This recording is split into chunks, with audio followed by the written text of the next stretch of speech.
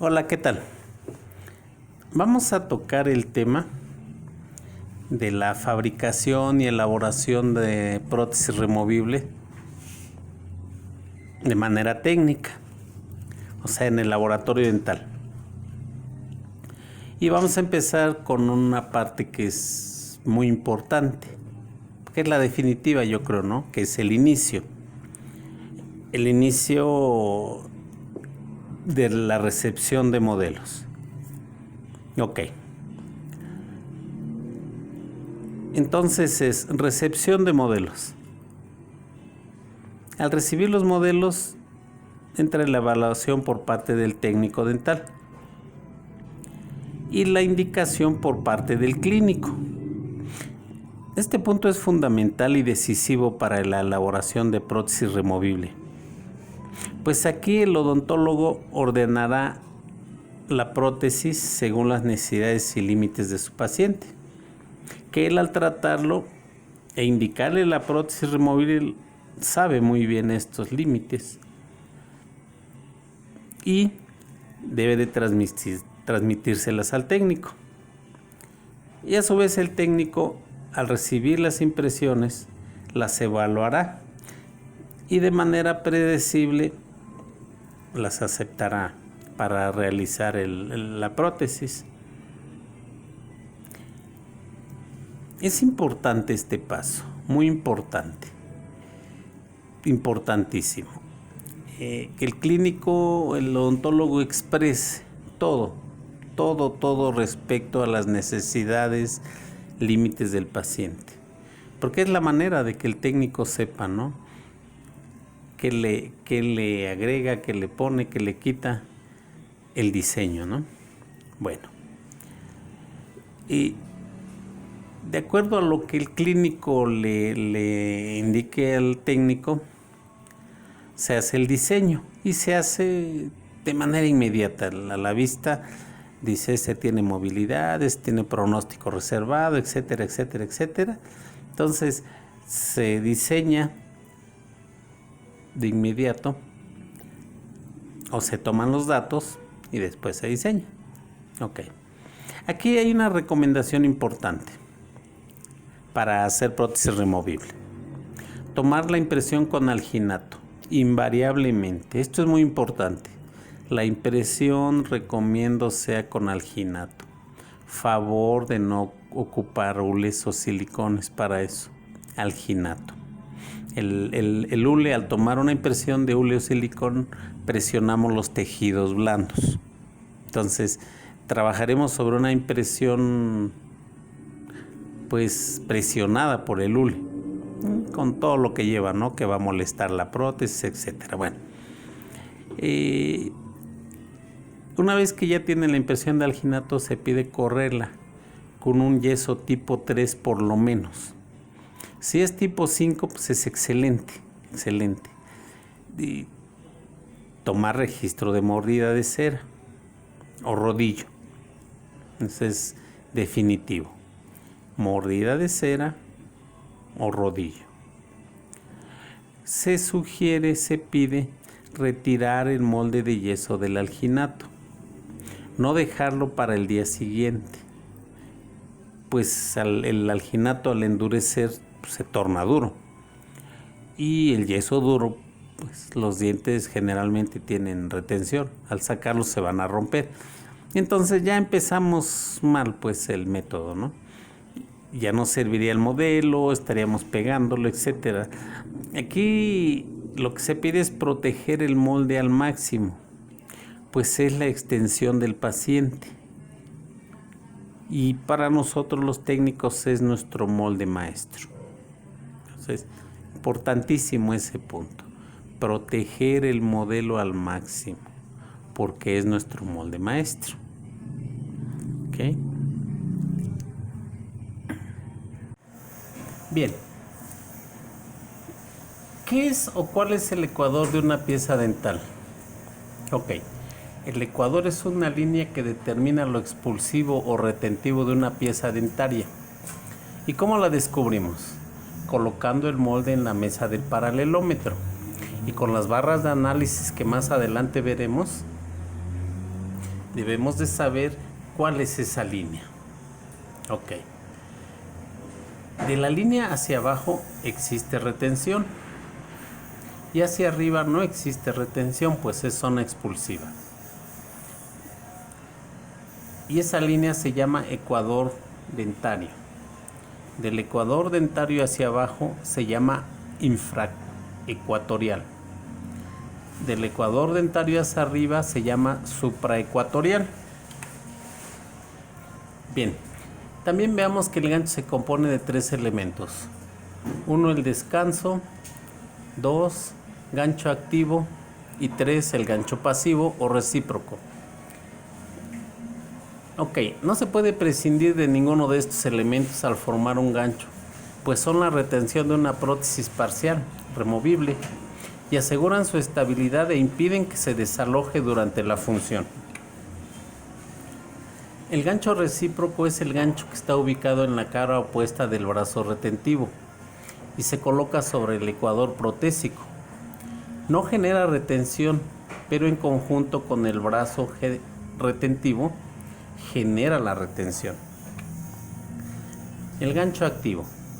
La parte activa del gancho debe ubicarse abajo del ecuador, como se ve en la imagen, del ecuador protésico, en el punto de retención ideal, y debe lograr una fuerza retentiva que no sobrepase la capacidad de reacción periodontal ante las fuerzas de tracción.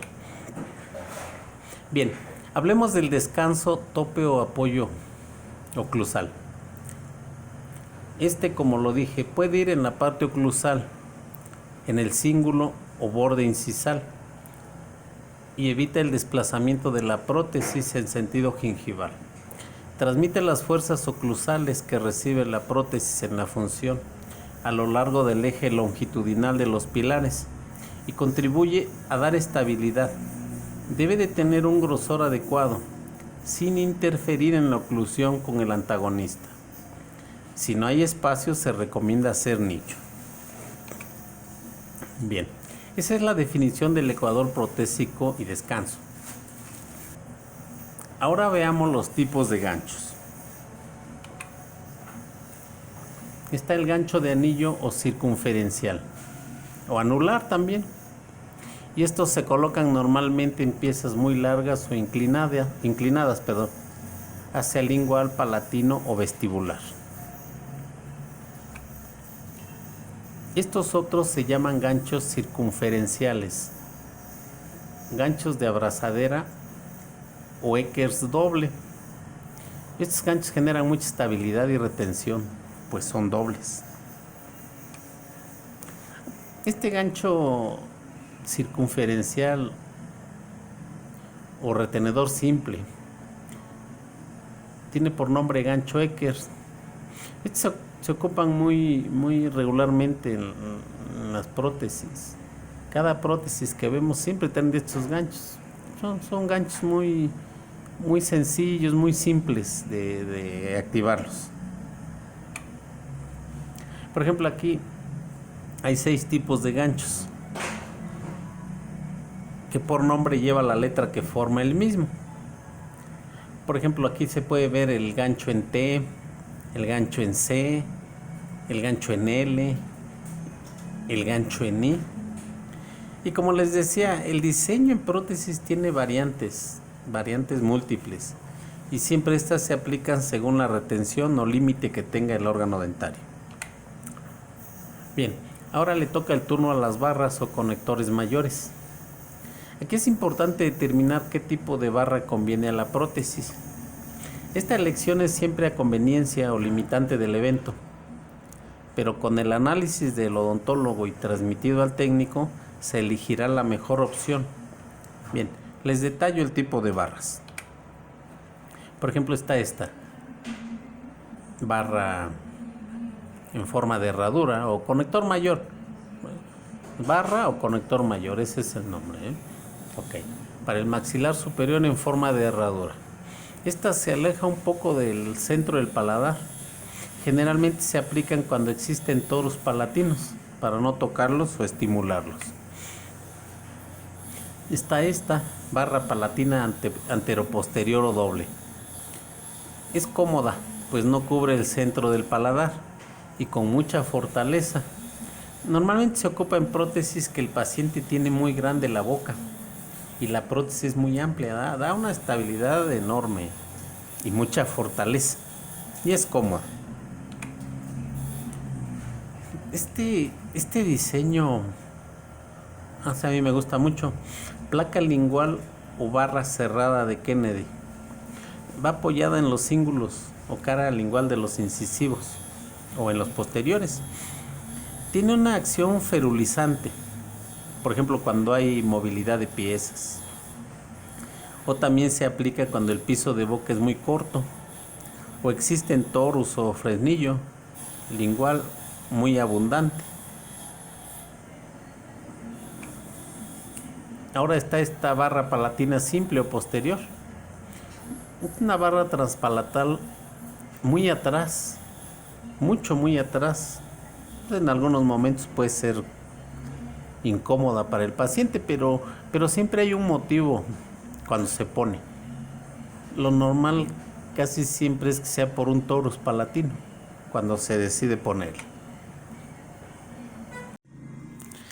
Bien, detallemos el paralelómetro. Unos son muy sofisticados, otros no tanto, pero cualquiera cumple el requisito. Aquí lo cierto es que no se puede hacer diseñar prótesis removibles sin el paralelómetro, que es un elemento esencial. Hay unos económicos, unos caros, unos muy sofisticados, electrónicos. Todos cumplen el requisito. Aquí lo importante es ocupar un paralelómetro para diseñar puente removible. Bien, vamos a detallar ahora los accesorios que tiene el paralelómetro. Trae 3 varillas que analizan los grados de retención, a 0.75 grados, a 0.50 y a 0.25 grados. Otra varilla que es la barra de análisis y una barra o punta de grafito. Estos accesorios se insertan en el brazo del paralelómetro para marcar el ecuador o determinar la retención de los ganchos. Ahora, ya dentro del paralelómetro detallemos las partes que trae. 1.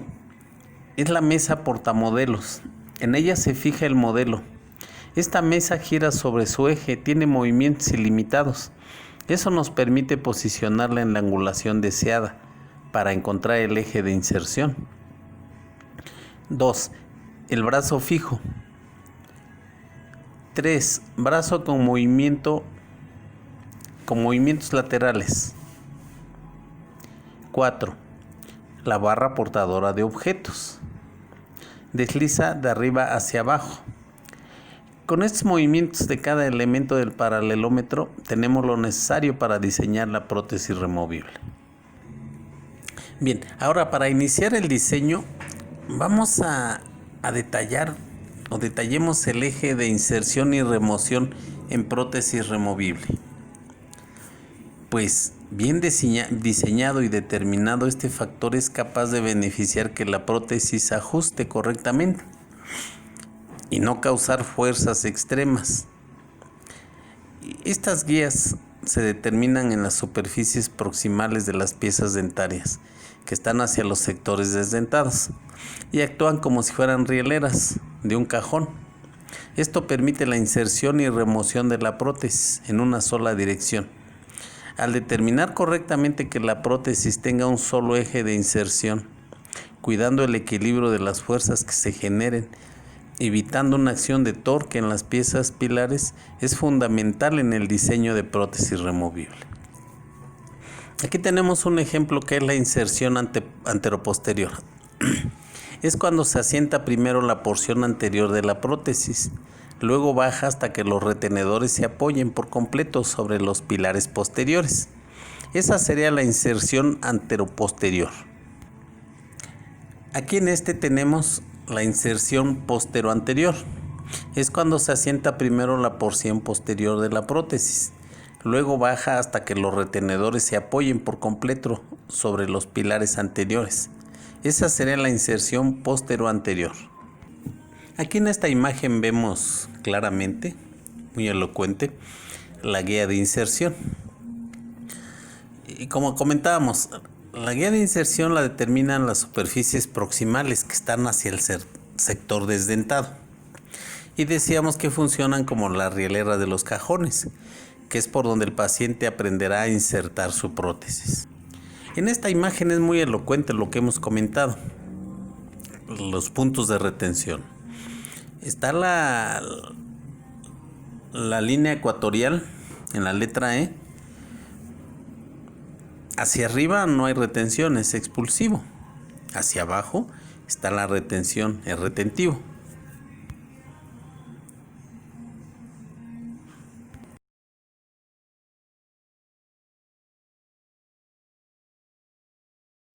Ok. El primer paso es el análisis del modelo, ya fijado en la base del paralelómetro. Es importante. Para analizar el modelo tenemos que ponerlo en la base del paralelómetro y tenemos que ubicar un plano oclusal paralelo al piso de la base. Con eso determinamos el eje de inserción y delimitamos las líneas ecuatoriales. Cuando colocamos la barra de análisis en las caras mesial o distal, estamos analizando y preparando las guías de inserción. La parte donde apunta la flecha es la zona retentiva y se alivia con cera. Al hacer esto se está bloqueando la retención y así la prótesis se insertará y desinsertará de manera pasiva.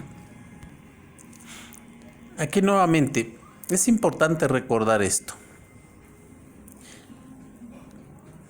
La zona retentiva, la zona de no retención, de la línea de retención hacia arriba, supraecuatorial. De la línea de retención hacia abajo, infraecuatorial. Aquí, por ejemplo, estamos determinando el ecuador dentario. Aquí esta imagen es muy elocuente. Se determina y se obtiene cuando el modelo está posicionado en la mesa del paralelómetro y la galga con el grafito es deslizado alrededor de la pieza dental. Entonces es una manera simple, ya sabiendo manejar el paralelómetro, de ubicar la línea ecuatorial. Aquí, por ejemplo, la galga o guía de inserción nos indica hasta dónde debemos llevar la parte retentiva del gancho. El final que parece plato es lo que nos lo indica. Aquí primero, donde está la línea, nos indica el eje ecuatorial, donde va la parte pasiva del gancho, o sea, es donde inicia el gancho. Y ya la punta de la galga que parece plato nos indica hasta dónde debe de llegar la parte retentiva del gancho y qué grado de retención se le está aplicando. Aquí en este es lo mismo, muy elocuente. Vemos, donde contacta el vástago es donde está la línea, es el ecuador, la línea ecuatorial. De ahí hacia abajo todo es retención. Y por ejemplo aquí la imagen nos muestra 4 líneas que son los grados de retención. Entonces 0.25, 0.50 o 0.75. Y aquí la experiencia, el criterio del técnico dirá qué retención ocupo, ¿no? Todo depende de las piezas. Sí, a lo mejor son piezas del otro extremo muy retentivas, no, ni pensar en poner retención a 0.75 grados, 0.25. Ya si son piezas muy cortitas, y aprovechar al máximo la retención para que esta prótesis no se desaloje. Aquí un ejemplo, en un mismo diente existen sectores retentivos diferentes. Por ello, qué importante es el paralelómetro con sus guías de análisis, pero además el conocimiento del clínico y técnico para determinar dónde y qué grado de retención se coloca en cada pieza. Este ejemplo, dice, bueno, ¿y cuántos grados pongo? Aquí es claro, mire, por ejemplo, la distancia que hay del punto de contacto del vástago hasta el borde del plato, ese es el grado de retención que se aplica al gancho. Si la galga de 25 le queda, son 0.25 grados o 0.50. O sea, es fácil determinarlo así. Y cada caso nos presenta una situación muy diferente y especial. En esta imagen, por ejemplo, nos muestra de un lado un molar con poca retención y del otro lado otro con mucha retención. El análisis es muy importante para determinar esto, pero también es muy importante al diseñarlo aplicar los grados de retención correspondientes a cada pieza. Aquí también en esta imagen nos describe pues de manera elocuente y podemos entender la retención y pasividad de los ganchos. Aquí por ejemplo en la parte vestibular el gancho llega casi a cervical, es el gancho retentivo o activo, y es el que va a generar la retención de la prótesis. El otro gancho que está en lingual está muy arriba, está sobre el ecuador de la pieza y es el que da la pasividad o reciprocidad del gancho. Así funcionan los retenedores en prótesis removible. Esto ya lo habíamos comentado. La parte retentiva del gancho es la punta. Debemos de tener en mente como medida retentiva la mitad del gancho, partiendo de la punta. Y esa mitad de gancho es la parte retentiva y es la que debe de colocarse abajo del ecuador, según el grado de retención que deseemos para la prótesis removible. De esa mitad hacia atrás, el gancho debe de estar arriba del ecuador, con una función pasiva, y no debe de generar retención, pues esto generaría tracción entre las piezas y al insertarse en boca de paciente generaría efecto de torque y tracción a las piezas dentales, y esto periodontalmente es muy grave. En esta otra imagen podemos ver lo que hemos comentado ya con anterioridad, y es la forma que debe de estar fabricado un retenedor. El inicio del gancho hasta la mitad, partiendo del descanso hacia la mitad, debe de ubicarse sobre el ecuador y es la parte rígida. La otra mitad se coloca debajo del ecuador y se va adelgazando hacia la punta. Esto le da flexibilidad al gancho y debido a esto el gancho en su parte retentiva se deforma al pasar por el ecuador, ofreciendo resistencia al desalojo. Ok, aquí ya tenemos los modelos bloqueados en la parte infraecuatorial de las piezas, según la línea que nos indicó el paralelómetro. Se bloquea o se alivia con cera. También en mucosas se alivian socavaduras o zonas irregulares que copiará el metal, y debe copiarlas de manera lisa, pues estarán en contacto con mucosa. En la parte donde van los pónticos se prepara con cera para que la rejilla o retención quede separada del reborde. Aquí el molde ya está listo para duplicarse en yeso refractario. Una vez que el molde ya está bloqueado y previamente diseñado, el paso a seguir es el duplicado de modelo. Esto se hace con un hidrocoloide reversible, que es a base de agar-agar. Se asemeja a la gelatina cuando endurece, o gelifica, perdón. Una vez que gelifica, se corre el molde en yeso. Es un yeso refractario. Este molde refractario se deshidrata con calor y de esta manera se obtiene la copia refractaria de nuestro modelo maestro. Aquí ya vemos el diseño pasado, terminado al modelo superior. El diseño se pasa al modelo refractario, se copia lo que se ideó, diseñó y analizó en el modelo maestro, se pasa a la copia refractaria, que ahí es donde se modela. Y aquí otro ejemplo, son modelos refractarios ya diseñados. Por ejemplo, aquí ya habíamos comentado de las barras. Este es el mismo modelo, pero aquí para el ejemplo se diseñaron dos opciones en el conector mayor.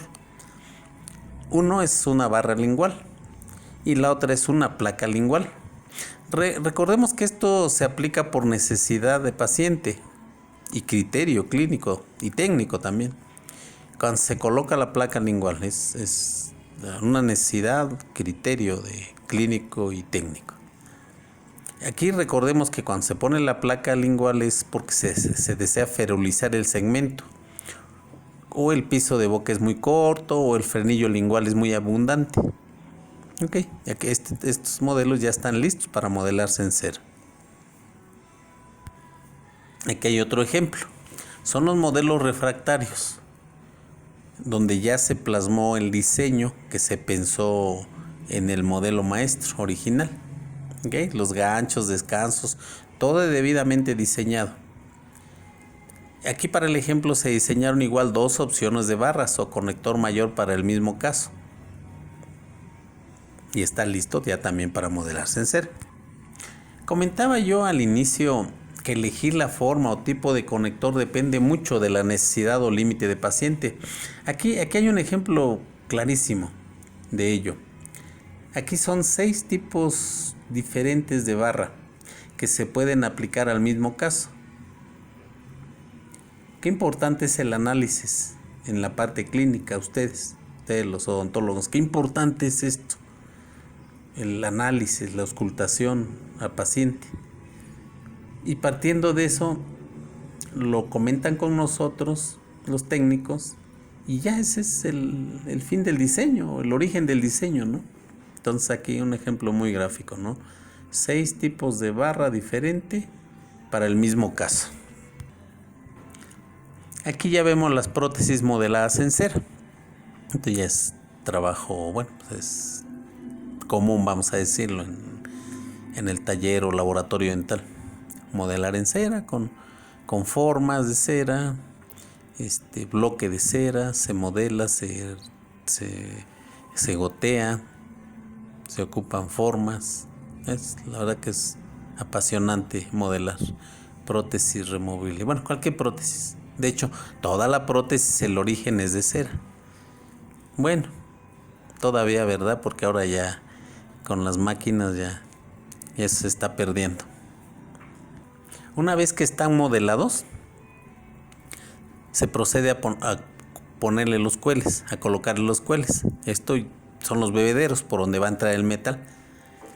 Entonces, generalmente los cueles se ponen en los conectores mayores, que funciona como un gran bebedero.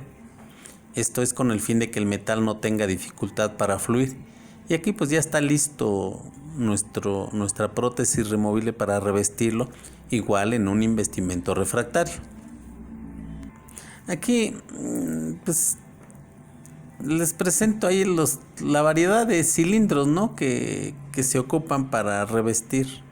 Dentro de un cilindro se mete el trabajo y se reviste con investimento refractario. Ya hay muchas opciones, inclusive los cilindros se hacen con papel, con vasos de plástico, es infinidad. Pero bueno, aquí lo importante es que se ocupa un cilindro de lo que sea. Para el cilindro lo único que hace es contener el investimento, nada más. Ya una vez que endurece se mete al horno. Ahorita vamos a ver esto.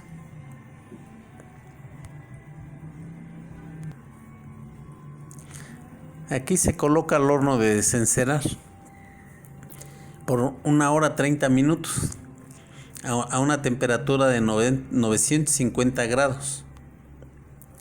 Una vez alcanzado el tiempo se vacía en cromo cobalto. Y este cromo cobalto se funde y se vacía a una temperatura de 1400 grados centígrados. Esto se vacía nosotros vaciamos en la centrífuga manual. Casi todo lo que hacemos es técnico manual. Aquí en esta imagen vemos 2 cubiletes que contienen prótesis removibles ya vaciados.